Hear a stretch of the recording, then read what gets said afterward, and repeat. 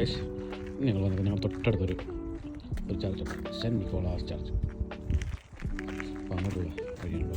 ഇവിടെ ശവക്കോട്ടകൾ എല്ലാവരും തൊട്ട് പള്ളിയുടെ ചുറ്റിനും എല്ലാ ശവക്കോട്ടയാണ്. ഇതാണ് പള്ളി.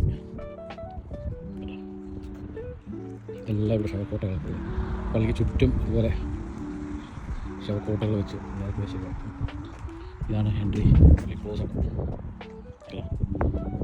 ഈ ഒരു ഇച്ചിരി സ്ഥലമാണ്, ഇച്ചിരി ഉള്ളേറിയ കുറച്ച് ഉള്ള സ്ഥലമാണ്. ഇങ്ങനെ സ്ഥലം കുറച്ച് വേണ്ടി പോയിട്ട് ഇതൊക്കെ ചർച്ചിൻ്റെ ഭാഗങ്ങൾ.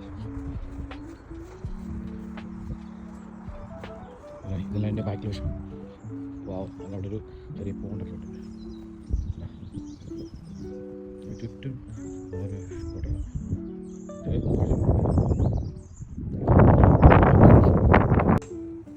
ചർച്ചിൻ്റെ ഉള്ളിൽ കയറാം. എഴുതിയിട്ടുണ്ട്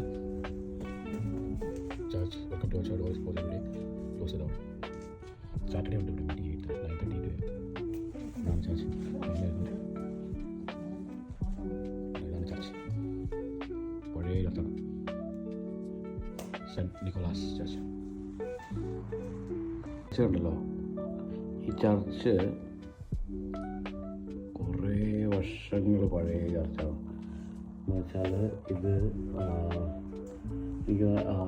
the church has been place of worship since 1175 മുതൽ ഉള്ള ചർച്ചാണ് കേട്ടോ ഇത്. പോലത്തെ